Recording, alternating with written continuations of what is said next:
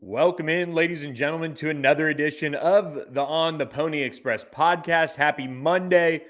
What a huge weekend it was for SMU as the Mustangs finally reeled in that commitment from TCU wide receiver, transfer, and former five-star prospect for On3, Jordan Hudson. The former Garland star played just one season for the Frogs, playing in 14 games, grabbing 14 receptions for 174 yards and 3 touchdowns. He'll have 4 years to play 3 seasons of college football now that he heads off to the hilltop. Let's look back at Jordan Hudson as a recruit. Finished on 3 as a five-star prospect, the number 15 overall prospect in the class of 2022.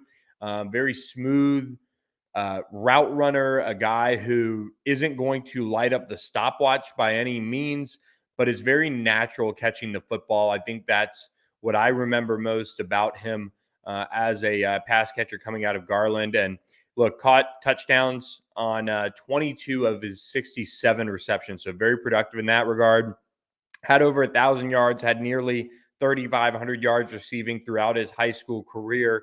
On3 compares him to former Rockwall standout Jackson Smith and Jigba, who went on to play for Ohio State. Another guy who, really won on the technical aspects of being a receiver rather than, being a 4-4, a 4-3 type of wide receiver at the high school level. And he went on to be a first-round pick. Obviously, Jackson Smith and Jigba had an insanely productive senior season over there at Rockwall, but both of these guys are similar in build, about 6'1", 190, very physical players who catch the ball smoothly. I think that's what stands out here.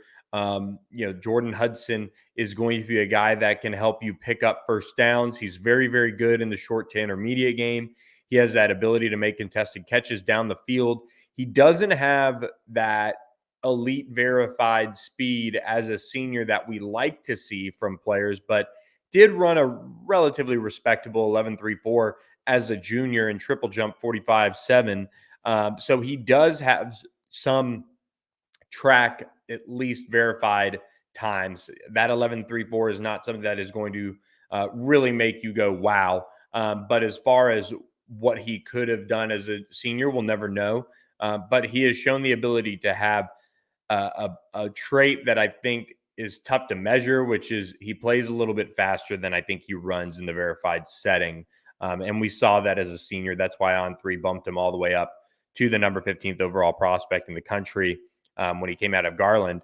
And look, when Sonny Dykes signed him at TCU, he said, "I feel like Jordan Hudson was the best receiver I saw play this year in the state of Texas. He dominated. I love his competitive nature. He's just one of those kids that plays bigger than he is because he's just so competitive. He fights so hard for the ball and has great ball skills and can run as well." So that was Sonny Dykes when TCU signed Jordan Hudson in the 2022 class. Obviously, SMU had him committed.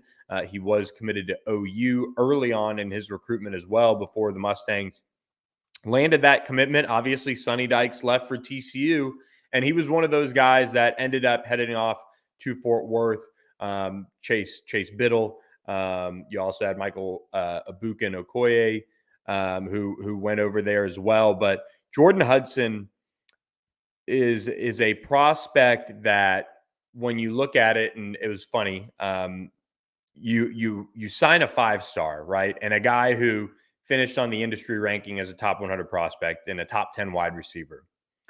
And any fan base after 1 year, if that guy portaled, unless he was a real problem, off the field, arrests or whatever, would be wondering what is going on.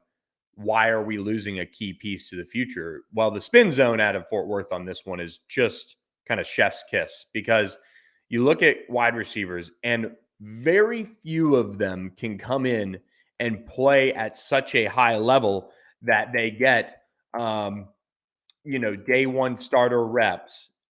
The wide receiver position is a position that probably takes some of the most development that you can kind of need to have as far as any position goes at the college football level.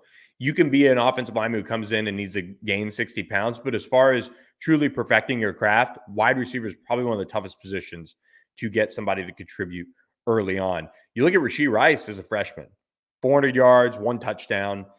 He wouldn't have had that big of a role if not for Reggie Robertson going down, of course. But even a couple guys that I covered at LSU, Jamar Chase, another former 5-star, he had about 300 yards receiving for LSU as a true freshman. Terrace Marshall was the same way. Justin Jefferson was the same way. They were not those guys that came in right away and dominated and showed you, oh, wow, that's why they were a 5-star. Terrace Marshall had under 200 yards receiving as a true freshman. He was coming off a torn ACL, but Jamar Chase had about 300 yards receiving. And Justin Jefferson was another guy that you looked at and you said, okay, all right, he's got that ability to probably have a good career. But Justin Jefferson wasn't a 5-star either. And he didn't even catch a ball as a true freshman, and then broke out in 2018 and was a leading receiver for the team, and then went on to obviously have a great career. So my whole point of that is, if you're going to be a fan base that can write off a player after just one year, it's, first of all, it's unwise when you see a lot of these 5-star prospects. There are not many that are going to end up being guys like a Harold Perkins in last class, who ends up being, an All-American, and one of the best players in the country right away as a 5-star. Some of these guys are more developmental players who are going to be behind other players. And so that was the case for Jordan Hudson at TCU. They had Quentin Johnston. They had a really strong ground game. The Frogs obviously had, numerous guys who could catch the football at a really high level. Tay Barber had 600 yards. Darius Davis had 531 yards. Savion Williams is a big body guy with 392 yards. This is a wide receiver room and just overall skill group at TCU that had dudes, and that's okay, for a fan base to try to make themselves feel better. But Jordan Hudson is going to have, in all likelihood, a really strong career at SMU. As far as really, how SMU got this one done, look, I mean, we heard the buzz around Jordan Hudson in December and January, and there were plans that he was going to enter the portal. TCU ends up getting him to hold off. They improved his NIL deal, but quite frankly, they didn't follow through.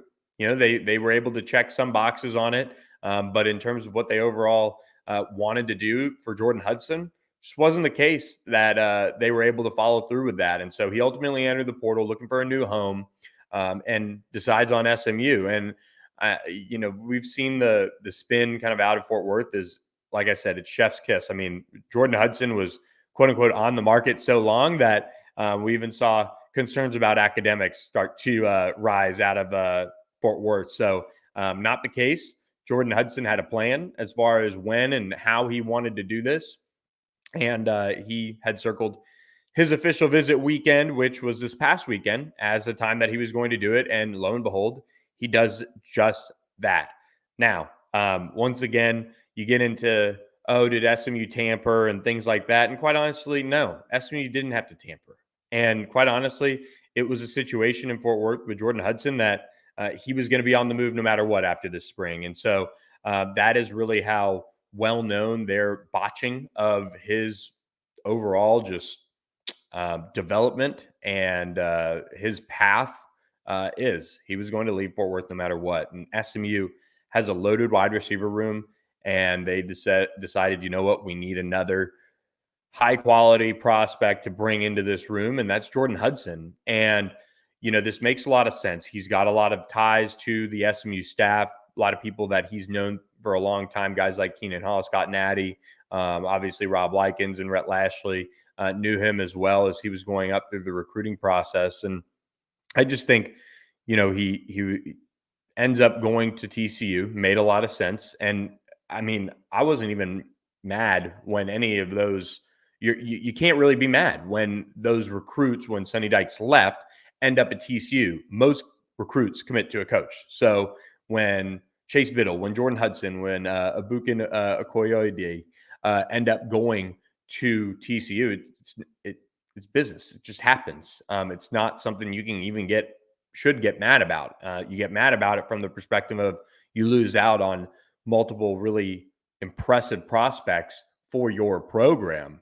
But as far as how they got there, it's business. And but in this case, SMU didn't tamper. And look, there's going to be a circle on the back of SMU with the way they've utilized and deployed NIL, especially through the transfer portal.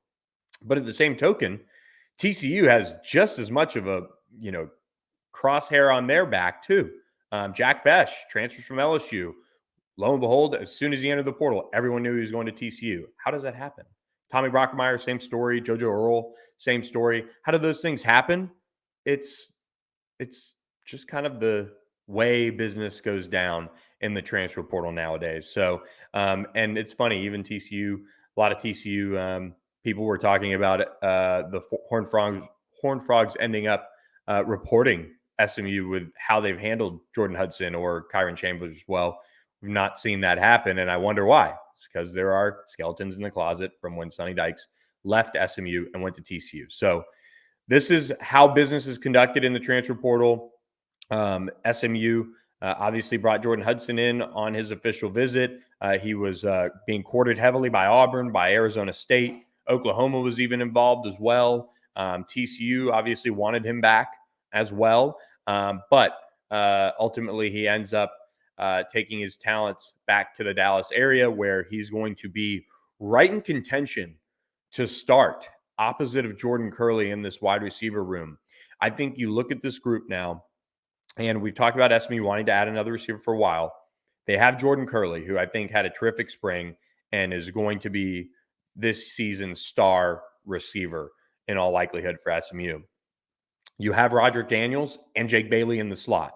I think those are your two no-brainer guys that are going to play a ton out of that position. You have RJ Maryland at tight end, but if SMU wants to go 4 wide receivers, they can have Roderick Daniels, Jake Bailey on the field at the same time. They could also maybe bring in a bigger receiver at times.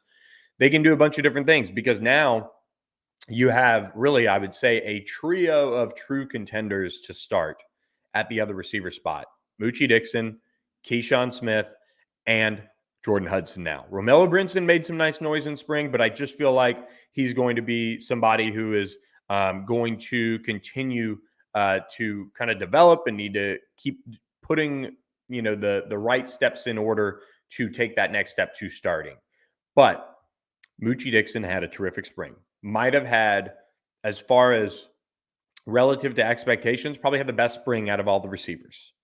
Then you have Keyshawn Smith, who I don't think came into SMU and grabbed a hold of that starting job like everyone kind of thought, including myself, thought he would. He has the playmaking ability. He has the explosiveness, but the consistency was just not necessarily there for him. Maybe it is the adjustment period. Maybe it is needing to continue to get into the weight room and get stronger and get your hands stronger and things like that. Struggled with drops here and there, but he does have summer to really hone in and focus on those things. That said, SMU has a good problem now when you add in Jordan Hudson. And Jordan Hudson, whether it's behind Jordan Curley or whether it's starting or whether it's Moochie Dixon pushing Jordan Curley or starting opposite of him or Keyshawn Smith, they have now a really impressive 2 deep at the outside receiver position. And I think it would not shock me at all if it's Jordan Hudson that starts, if it's Moochie Dixon that starts, if it's Keyshawn Smith that starts opposite Jordan Curley. But this wide receiver room is really impressive for SMU overall. We've talked about it a long time, and just kind of the overall talent that they have stockpiled now.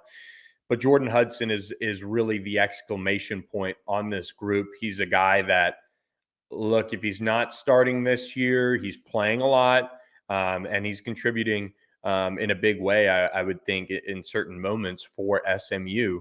They want to rotate the receivers a little bit more. TCU is not a team that necessarily rotates as much at the receiver position, but SMU is trying to be that team a little bit more. Keep an eye on the mileage on a Jordan Curley and a Jake Bailey who've battled injuries here and there. And look, then you have Jordan Hudson's 3rd year in college next year would be his very likely huge season type of move that he makes as Jordan Curley heads out, and he gets more comfortable in SMU system. And then if he does stay for that fourth season of college football, then you're looking at a Rashee Rice type of expectation going into that season. So and then Jamarian Carroll would be coming up behind him as well. So I mean, it is just a really, really strong group of receivers for SMU, as it is every season. But you got to give SMU's NIL arm, Pony Sports DTX, a lot of credit on this one, as far as how they were able to structure things to get Jordan Hudson and Kyron Chambers on board. With Jordan Hudson, look, I mean, I love the speculation that he has a suite at the W and has a car and has this or that, and it's Rashee Rice's deal. Look, SMU got a bargain, quite frankly, with Rashee Rice because TCU was coming after him, and they obviously got a deal done to keep him around in Dallas. But at that point, he hadn't had his Blitnikoff Award type season. So while people want to throw around, oh, it's the Rashee Rice deal, it's the Rashee Rice deal. One, it's just not there quite yet as far as money wise, but it's also not a deal that when you look back on what he did, the deal he would have gotten if they were trying to retain him for this upcoming season, if he had that ability to come back, it would have been an astronomical deal to get Rashee Rice to try and come back, but not necessarily at this stage for SMU before Rashee Rice had the season that he had. So I love all the rumors. I love the TCU fans at least being in their feels. It's one of those things where, look, I've been covering SMU now for well over a decade, and the whole covering or this or that or pandering to a fan base is just not really my style. But when it comes to recruiting battles like this, and even when it comes to recruiting battles when I cover LSU, and look, you've got NIL at play in college football, the rumor mill around it is probably one of my most enjoyable things to hear about. And it's always fun to hear what's true and what's not. And I can promise you guys, look, SMU, if they had a collective that could pay and I think to an extent they have the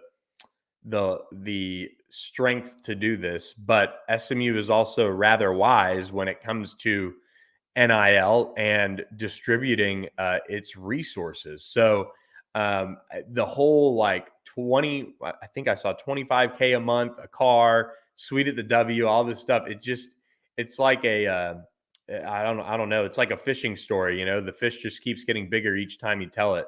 From TCU's perspective, as far as what SMU did for Jordan Hudson. I mean, look, SMU has raised a ton of money in the NIL space with Pony Sports DTX and the Boulevard Collective. This is not a school that is using up all of its resources to take Jordan Hudson from TCU. It's just not the case. There are other players with bigger deals than Jordan Hudson that deserve bigger deals than Jordan Hudson. So look, this is a huge moment for SMU. Long term solidifies the receiver room, and they now have really I think put the exclamation point on their transfer portal class. I don't think they're necessarily done. I dropped a note on Friday before Jordan Hudson's official visit began that I don't think SMU is done on the transfer portal front, and we'll see when that happens. And it could certainly be this week. I'm not sure, but we will keep you guys in the know at ontheponyexpress.com. Be sure to subscribe. Just $30 for 6 months. Look, if you want to know who SMU is going to get in the transfer portal, if you want to know the background on recruiting and who's visiting and who's got the best chance to land at SMU, subscribe to ontheponyexpress.com. Look, you're looking at $5 a month for your first 6 months on the site. And as soon as Jordan Hudson hit the portal, we said, watch SMU. We maintained our confidence when the Auburn potential visit popped up. We maintained confidence when Arizona State popped up with some confidence. Even when TCU tried to say that Jordan Hudson had some academic issues. Look, we were right there with you along the way to give our subscribers the goods. And Sunday, he announced his decision to transfer to SMU. So huge, huge news for the Mustangs. As far as what Jordan Hudson brings to the table for SMU's overall season impact, this is where I think you could get two paths here, right? I think there's a world where Jordan Hudson starts, and if that happens, that means he's come in and he's shown that competitive nature that he had in high school and that allowed him to play in 14 games as a true freshman over at TCU. I think he's somebody that could very well start. And if he starts, that means he's played well enough that Moochie Dixon and what he did, and certainly Keyshawn Smith with his talent level, they've been beaten out by Jordan Hudson's ability to make plays, his competitive nature. Jordan Hudson reminds me a little bit of Rashee Rice in his competitiveness as far as ball winning, and I think that's important. Everybody loves the Danny Grays, the Reggie Robertsons, the guys that can run 10-3, 10-4 type 100-meter times. But what made Rashee Rice the player that he was this past season is certainly his ability to stay healthy for the most part, but also just his competitiveness to win those balls, to create that separation, his technical skills as a route runner. So SMU gets a massive addition to Jordan Hudson. If he's a starter, I do think that means that this offense is going to take another step up. And look, you had Rashee Rice go in the second round. SMU's had receivers aplenty over the last few years in the NFL. This is your next guy after a Jordan Curley, potentially a Moochie Dixon that goes to the NFL. And it's an offense that gives these receivers opportunities to make plays. So SMU's been consistently one of the best offenses in the country over the last few years, whether it was under Sonny Dykes, whether it was under Rhett Lashley running the show, Garrett Riley. This is a team that has an offensive identity cemented in it. And one of the key pieces of that is having receivers that make plays, get opportunities, and then go off to the NFL and get real shots to be successful. So Jordan Hudson is going to be that next guy. And if he is trending that way in this upcoming season, SMU has completely removed all sorts of any kind of excuses of, all right, well, we've got a hole here, we've got a hole there. This was the final piece, in my opinion. And having Jordan Hudson on board now has that potential to give you two bona fide outside receivers that can be elite. And if they both stay healthy, Jordan Curley, Jordan Hudson, Moochie Dixon continues to take the next step, this offense is going to be real, real scary.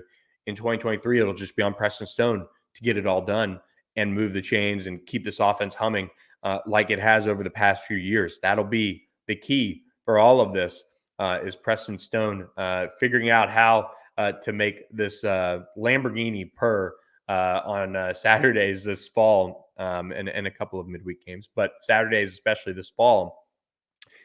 If you're looking at kind of like maybe a worst case scenario with Jordan Hudson, he struggles to adapt to the offense. You are looking at a player who is going to take a minute and maybe adjust to what Rob Likens wants out of him. And maybe Moochie Dixon has emerged. Maybe Keyshawn Smith has emerged, and he's in a little bit more of a reserve role. I think that still means he plays a ton of football and plays in every game this fall for SMU. But at the end of the day, if he doesn't, that's where the probably the difference is. But I expect Jordan Hudson to come in with a complete chip on his shoulder. He's a guy that has, I think, over the past 6 months, really felt a little disrespected in terms of just how everything went down in Fort Worth. So I feel like he's going to come in and be ready to go, ready to be that guy for SMU to take this offense to the next level. And it just gives Preston Stone and Kevin Jennings another weapon to distribute the ball to, and one that is, I think, going to be highly motivated. So huge land for SMU. That gives them yet another impressive target for the quarterbacks on the roster to work with both this year and long term. So what a job by SMU to land Jordan Hudson. And I think he's the next great SMU receiver. I really do. And quite honestly, like for TCU fans who are still listening, I thought he would have been great in Fort Worth too. It just didn't work out for him over there in Fort Worth. So SMU takes advantage, landing him out of the transfer portal. And now we'll see what happens with him as he is set to hit campus. He's all moved in over in Dallas already. So for that, we are going to wrap up this edition of the On the Pony Express podcast. Hope you guys enjoyed it and had a great weekend celebrating the addition of Jordan Hudson. Again, hit that subscribe button, just $30 for 6 months, and we'll get you guys all the scoop at ontheponyexpress.com. Thanks for listening. We'll catch you next time.